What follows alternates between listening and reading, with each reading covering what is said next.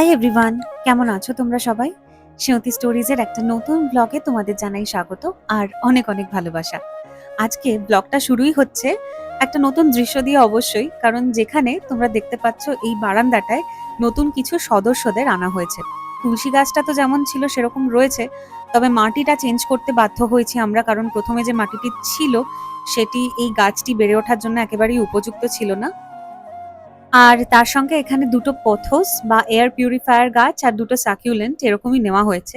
এই জায়গাটা ছোট ছোট এরকম গাছ দিয়ে সাজালে বেশ দেখতে লাগছে, তবে ইচ্ছে আছে অবশ্যই একটু ফুল গাছ রাখার এখানে। কিন্তু আমি যেহেতু এই ব্যাপারটাতে একেবারেই নভেজ, আর সৌরভেরও কোনো সেরকম আইডিয়া নেই, তো সেই জন্য আমরা একটু চিন্তায় পড়ে যাই যে একটা গাছ নিয়ে আসবো, তারপরে যদি ও ঠিক মতন না বেড়ে ওঠে, কিছু একটা গন্ডগোল হয়ে যায়, তখন ভীষণই খারাপ লাগতে থাকে। যাই হোক, দেখা যাক, উইথ টাইম হয়তো অবশ্যই একটু একটু করে গাছ ওখানে নিয়ে আসবো। আজকে আমাদের ভোর রাতে ফ্লাইট রয়েছে, আমরা বেরিয়ে পড়বো, তো সেই জন্য ফ্রিজের মধ্যে যে কয়েকটি জিনিস অল্প অল্প করে ছিল, বা বলতে পারো ফ্রিজ ক্লিয়ারেন্স একটা রান্না হচ্ছে। এই ঝোলটার সঙ্গে একটা ভাজাভুজি কিছু করে নিলেই আমার মনে হয় আজকের মতন একদম যথেষ্ট হয়ে যাবে, যেহেতু দুবেলাতেই এই ঝোলটাই খাওয়া হবে মেইনলি ভাতের সঙ্গে, তো সেই জন্য এইরকমই একটা রান্না এক পদেই মোটামুটি করে নিতে চাইছিলাম। এরকম গরমের দিনে এই ঝোলটা তো অবশ্যই উপাদেয় এবং সহজ পাচ্যও বটে, মানে খুব তাড়াতাড়ি হজমও হয়ে যাবে। তো সেই জন্য ভাবলাম এটাই একদম সঠিক ডিসিশন আজকের জন্য, মানে আজকের মেনুতে যদি এটাই রাখা হয় ভালো। নিশ্চয়ই তোমরা ভাবতে বসেছো যে এরা আবার এর মধ্যেই কোথায় যেতে চলেছে, জানতে পারবে আর কিছুক্ষণের মধ্যে। তেলের মধ্যে ফোড়নে কালো জিরে আর কাঁচা লঙ্কা দিয়ে এইভাবে কে ছিটকে চলে আসো আমাকে জানি। বেশ অনেকদিন হলোই রান্না বান্না করছি ঠিক কথাই, কিন্তু এই যে তেলের মধ্যে ফোড়ন দেওয়ার পরে লাফিয়ে চলে আসা, এটা কিন্তু এখনো একই রকম রয়ে গেছে। এরকমই মোটামুটি তরকারিপাতি দেওয়ার পরে দেখতে লাগছে। কি না নেই এর মধ্যে দেখো তোমরা একবার। গাজর রয়েছে, বিনস রয়েছে, অল্প একটুখানি ক্যাপসিকাম ছিল সেটা, তারপরে একটু পেঁপে ছিল সেটাও দিয়ে দিয়েছি, একটুখানি বেগুন ছিল সেটাও দিলাম, আর তারপরে খানিকটা এরকম দেখতে হয়েছে। আর এর মধ্যে মশলা বলতে তো রেগুলার যেরকম মশলাগুলো যা যা দেওয়া হয় সবই রয়েছে অল্প অল্প, তবে ওই আদা আর জিরে বাটার একটা দারুণ ফ্লেভার এটার মধ্যে যায়। আর এইটা রান্না করতে করতে না আমার ভীষণ দিদুর বাড়ির কথা মনে পড়ছিল জানো, কারণ আমার দিদুর বাড়িতে এই ঝোলটা একটা ভীষণ কমন রান্না ছিল। মাঝে মাঝে কিন্তু যখনই দিদুর বাড়িতে থাকতাম এরকম একটা সব রকম তরিতরকারি দিয়ে ঝোল তৈরি হতো, এবং সেটা খেতে কি যে ভালো লাগতো, বিশেষ করে গন্ধরাজ লেবু দিয়ে গরমকালে, আহা, অপূর্ব। আর দিদুর বাড়িতে গেলে বেশিরভাগ সময়তেই এই আদা জিরে বাটার যে একটা গন্ধ রান্নাঘরে ঢুকলেই কিন্তু এটাই মূলত পাওয়া যেত। আজকে হঠাৎ করে কেন কে জানে এই গন্ধটা পাওয়ার পর দিদুর কথাই ভীষণ মনে হচ্ছিল। এই যে ব্যাস ঝোলটা তৈরি হয়ে গেছে, একটু ঘি আর গরম মশলাও দিয়ে নিয়েছিলাম। দেখতে কিন্তু মোটামুটি ঠিকঠাকই লাগছে, তবে সত্যি এটার ফ্লেভারটা অন্য রকম, আলাদাই খেতে লাগে। আমার আগের দিনের রুম ট্যুর ব্লগে তোমরা এত ভালো ভালো কমেন্ট করেছো, আমি সত্যিই তোমাদের কাছে অনেক অনেক কৃতজ্ঞ, এবং তোমাদের অনেক ভালোবাসা জানাই তার জন্য। তোমরা যেহেতু আমাকে ভীষণভাবে অ্যাপ্রিসিয়েট করেছো ঘরটা যেরমভাবে সাজানো হয়েছে, আর তার মধ্যে থেকে যেটা বলতেই হয় যে তোমাদের কাছ থেকে প্রচুর সাজেশন পেয়েছি, যার মধ্যে এই সাজেশনটা আমাকে দিয়েছিলে পৌলমিদি এবং পার্থদা। তোমরা দুজনেই বলেছিলে এই জিনিসটা, যে দরজা দিয়ে ঢোকার পরে বাঁদিকে যদি ডাইনিং টেবিলটা রাখা হয় তাহলে কেমন যেন একটু দেখতে লাগছে, সেই দিক বরাবর সোফা রাখলে মনে হয় ব্যাপারটা একটু অন্যরকম দেখাবে, একটা এক্সপেরিমেন্টও হবে। আর এইটা যেহেতু আমি আর সৌরভ প্রথমেই ভেবেছিলাম এখানে আসার পরে, কিন্তু তারপর সামহাও আর করা হয়নি, ডাইনিং টেবিলটা আসার পর আমরা ওইখানে মানে ঢোকার পরে বাঁদিক বরাবর রেখে দিয়েছিলাম। তো সেটা যেহেতু চেঞ্জ হয়নি, তোমাদের এই সাজেশনটা পাওয়ার পরে দেখলাম যে না, এইবারে তো আমি করে ফেলবো। আমি কিন্তু মাঝরাতে এই কাজটা করেছিলাম জানো, আমাকে সৌরভ বারবার বলছিল যে নিচের তলায় যারা থাকে তারা কি না কি ভাবছে, মাঝরাতে ফার্নিচার সরানো হচ্ছে। তো এখন দেখো একটু অন্যরকম হয়তো দেখতে লাগছে। আর এই ফ্রেমটা নিয়ে একজন বন্ধু কমেন্ট করেছিলে যে এটা যেন একটু কেমন দেখতে লাগছে। আসলে এইটা আমার আর সৌরভের একটা ভীষণ পছন্দের ওয়েব সিরিজ তো, এবং এই মুহূর্তটা আমাদের এত ভালো লেগেছিল যে ওই নিজেদের ভালোবাসাটারই একটা প্রতিফলন বলতে পারো, যার জন্য আমরা চোখের সামনে এই জিনিসটাকে রেখেছি। যেহেতু টিভিতেই দেখেছিলাম এই ওয়েব সিরিজটা, সেই জন্য টেলিভিশনের পাশেই রেখেছি, কারণ আমাদের দেখা একটা অন্যতম শ্রেষ্ঠ ওয়েব সিরিজ ছিল এই স্ট্রেঞ্জার থিংস। তো সেই জন্য এইটাকে এখানেই রাখছি, অন্য কোথাও প্লেস করলে মনে হবে ইস, চোখের সামনে থেকে যেন কোথায় চলে গেল। সেই জন্য এটাকে এখানেই ভাবলাম যে রাখা হোক। হয়তো একটু বেমানান, কারণ অবশ্যই যারা সিরিজটা দেখোনি তাদের কাছে তো মনে হতেই পারে যে এটা একটু কেমন যেন লাগছে, তাও আমাদের কাছে স্পেশাল। এই ঘড়িটা নতুন অ্যামাজন থেকে কিনেছি আমি, এবং এই ঘড়িটা দেখার পরে মানে একবার যখন সার্চ করেছিলাম এরকম, যে টেবিল ক্লক হিসেবে সার্চ করেছিলাম, তখন এইটা চোখে পড়ার পরে আমি তো আর চোখ সরাতেই পারিনি। ওই যে সেই আর্টিফিশিয়াল ফুল দেওয়া একটা সাইকেল টপের মতন জিনিস যেটা রাখা ছিল, সেইটার পাশে এটা ভাবলাম যে প্লেস করলে একটু অন্যরকম দেখতে লাগবে।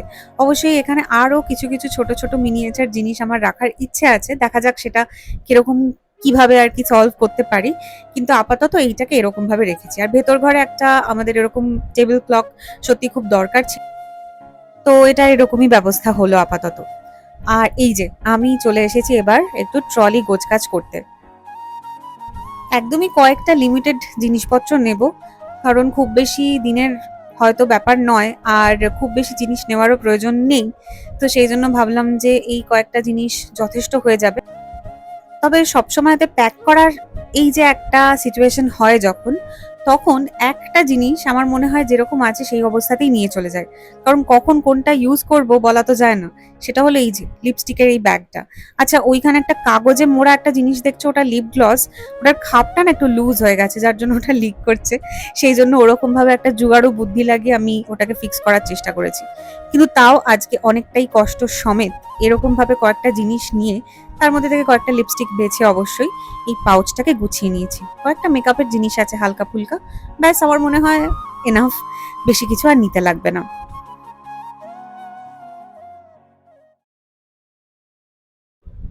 এখন রাত 3:10 বাজে, আমরা কিন্তু তারও 1 ঘন্টা আগে উঠে পড়েছি এবং ফ্রেশ ট্রেশ হয়ে একদম গোছগাছ করে এইখানে রেখে দিয়েছি সমস্ত নিজেদের ট্রলি আর তার সঙ্গে ব্যাগ, আর অবশ্যই ঠাকুর প্রণাম করে এইবারে আমরা ফাইনালি রওনা দিচ্ছি আমাদের ডেস্টিনেশনের পথে। ঠাকুরকে একটু বলে গেলাম ভালো করে বাড়িটা দেখে রেখো এই কদিন, আর চলো এবার তোমাদের নিয়ে বেরিয়ে পড়ি বাইরে।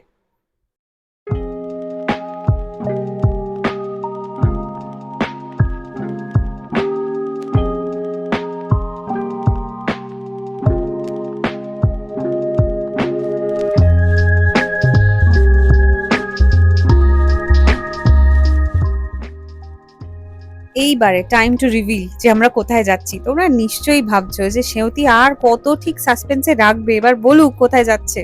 হ্যাঁ হ্যাঁ বলছি, আমরা যাচ্ছি নিজেদের বাড়িতে। কি, এটা কি খুব সাসপেন্সফুল ছিল? নিশ্চয়ই ছিল না।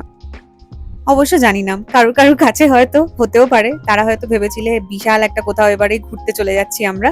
একেবারেই ঘুরতে যাচ্ছি না, তবে সামনের মাসে সৌরভের কিছু অফিসিয়াল কাজের জন্য শিলিগুড়িতে তো যেতে হতোই, প্লাস আমাদের ভোট কাস্ট করাটাও জরুরি বলে মনে হয়েছে, এবং সেখানে দুজনেরই দুটো আলাদা জায়গায় ভোট কেন্দ্র। তো অবশ্যই আমরা এইখান থেকে মানে ব্যাঙ্গালোর থেকে তো কলকাতা যাবই, তবে সেখানে নেমে আমি চলে যাব বাড়ির দিকে, আর সৌরভকে আরো কিছুক্ষণ অপেক্ষা করে ধরতে হবে নেক্সট ফ্লাইট টুয়ার্ডস শিলিগুড়ি। তো এরকমই একটা প্ল্যান হয়েছে, যাক ঠিকই আছে। হ্যাঁ, একটু হয়তো হেকটিক হয়ে যেতে পারে সৌরভের জন্য, যেহেতু ডিরেক্টলি ফ্লাইটের টিকিট আমরা পাইনি, আমাদের এরকমই ব্রেক করে যেতে হচ্ছে। তবে একটা ভালো জিনিস যে অ্যাটলিস্ট কলকাতা অবধি আমরা একসঙ্গেই যেতে পারছি। আমি প্রথমবার ব্যাঙ্গালোরে এয়ারপোর্টে টার্মিনাল 2-তে এসেছি, আগে কোনোদিনই আমি আসিনি, মানে এইখান দিয়ে আমি কখনো ট্রাভেল করিনি, বাইরে থেকেই দেখেছি। সত্যি কিন্তু অপূর্ব সুন্দর ভেতরটা, এত সুন্দর করে সাজানো, দেখে দেখে কেমন যেন একটা তাক লেগে যাচ্ছিল।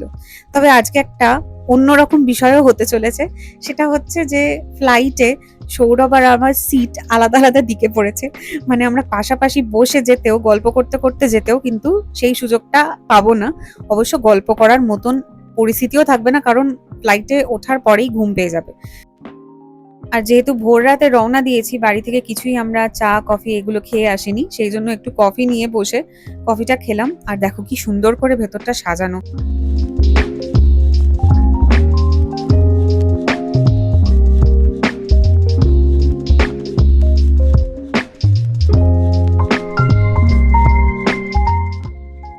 আমরা একসাথে এরকম পরপর দুটো জাস্ট ক্লিপ নিয়েছিলাম, একটা ফ্লাইটে ওঠার আগে আর একটা ফ্লাইট থেকে নামার পরে কলকাতাতে, যেখানে আমি যাচ্ছি বেল্টের দিকে আর এই যে সৌরভকে দেখিয়ে বলছি যে আর কিছুক্ষণের মধ্যেই ও চলে যাবে আলাদা দিকে আর আমি রওনা দেব বাড়ির দিকে। আর বেরোনোর সাথে সাথেই যাত্রী সাথী পেয়ে গেছিলাম, যদিও আগেন আমার যাত্রী সাথীর এক্সপিরিয়েন্স খুবই খারাপ, আগের বারেও হয়েছিল, এবারেও আমার এক্সপিরিয়েন্স একদমই ভালো ছিল না, কিন্তু কি করা যাবে। আর গরমটাও দেখলাম যে বেশ অন্যরকম গরম, ব্যাঙ্গালোরে তো গরম গরম বলছিলাম, বাবা কি গরম পড়েছে ব্যাঙ্গালোরে, কিন্তু কলকাতার গরমটা আমাকে আবার মনে করিয়ে দিল যে এই গরমটা থেকেই আমি বাইরে কিন্তু রওনা দিয়েছিলাম, সত্যিই গরম ছিল। তো যাই হোক, এসি ক্যাবের মধ্যে অতটাও হয়তো ফিল করতে পারছিলাম না। সৌরভ আর আমি একে অপরের প্রতি এতটাই ডিপেন্ডেন্ট হয়ে পড়েছি যে যখন এরকম কোনো মুহূর্ত আসে যে আলাদা চলে যেতে হবে এদিক ওদিক, তখন কিরকম একটা অদ্ভুত পাজল লাগে, আবার একটা টাইমের পরে একটু মন খারাপও হয়, জানি আর কিছুদিন পরেই দেখা হবে, কিন্তু ওই যে একসাথে থাকতে থাকতে এমন একটা হয়ে যায় যে যখন দেখি যে ও আলাদা দিকে চলে যাচ্ছে আমি অন্যদিকে চলে যাচ্ছি, কেমন একটু মনটা যেন খারাপ খারাপ করে। যাই হোক, চলো ঘরে গিয়ে আবার তোমাদের সঙ্গে দেখা হচ্ছে।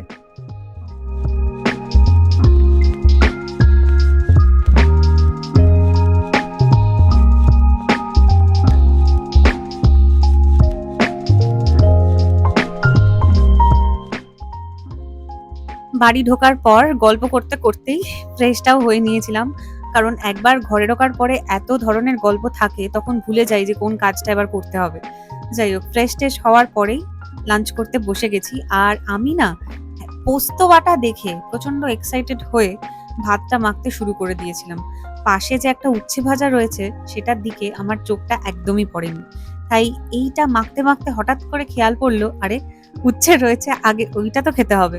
সেই জন্য এরকম পরিপাটি করে ভাতটাকে মেখে নেওয়ার পরে সেটাকে আবার সরিয়ে রাখলাম সাইড করে, দেখো এই যে সাইড করে সরিয়ে রাখছি।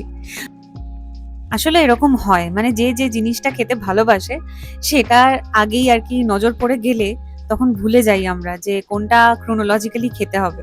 তো সেটার জন্যই আবার ওইরকম করে ভাতটাকে পাশে মেখে এবার উচ্ছে ভাজা নিয়ে বসেছি। আজকে একদম মেনু খুবই সিম্পল রয়েছে, পোস্ত বাটা রয়েছে, তার সঙ্গে উচ্ছে ভাজা তো দেখতেই পাচ্ছ, একটা থোড় ভাজা রয়েছে, আর এই যে আমার প্রিয় ট্যাংরা মাছের আলু বেগুন বড়ি দিয়ে একটা পাতলা করে ঝোল রয়েছে। কি যে ভালো এই ট্যাংরা মাছটা খেতে হয়েছিল, আর এরকম ডিম দেখার পরে আর কি ঠিক থাকা যায়, মনে হয় উফ, খাবারটা আজকে একদম জমে যেতে চলেছে।